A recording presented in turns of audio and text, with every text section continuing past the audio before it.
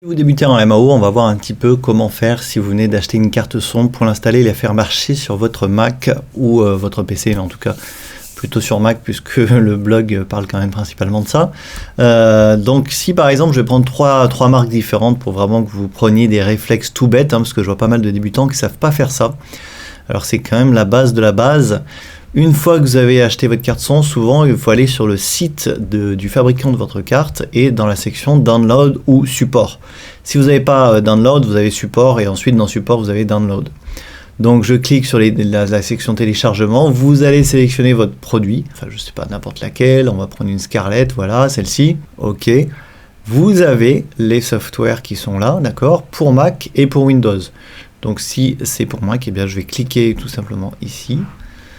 Ça va télécharger le driver et ensuite il suffira de double-cliquer sur le point DMG et de suivre les indications pas à pas et d'installer le logiciel pour que la carte son soit reconnue par l'ordinateur. C'est aussi simple que ça. Voilà, donc pour le premier exemple, je vais le faire avec vous, comme ça je suis sûr que vous savez faire. Voilà, là ça va ouvrir un package, d'accord. Donc il y a normalement une sécurité sur Mac, si vous double-cliquez dessus, peut-être qu'il ne va pas vouloir l'ouvrir. Si c'est le cas, vous faites un clic droit et vous faites ouvrir et là il va forcément s'ouvrir et ensuite vous installez, vous suivez la procédure et vous dites ok, accepter, suivant jusqu'à la fin et puis c'est tout. Donc voilà pour le Focusrite.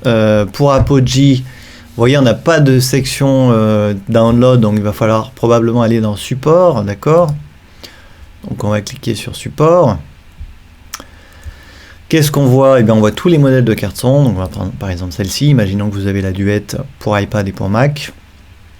Et voilà les liens de téléchargement. Ok, donc c'est exactement le même principe. On va maintenant aller sur le site du AD. Donc si on regarde, là cette fois-ci, il y a bien une section download aussi.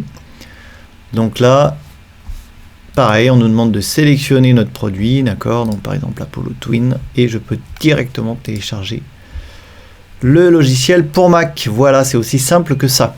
Une fois le driver installé, peut-être que vous avez un utilitaire comme sur les cartes UAD ici, normalement qui vient avec votre carte son, et quand il y a une mise à jour firmware, des fois aussi à l'intérieur des cartes il y a une mise à jour du firmware, et bien vous aurez un message automatique qui va apparaître vous proposant de faire les mises à jour firmware de temps en temps. Il faudra aussi les faire pour que votre carte fonctionne correctement.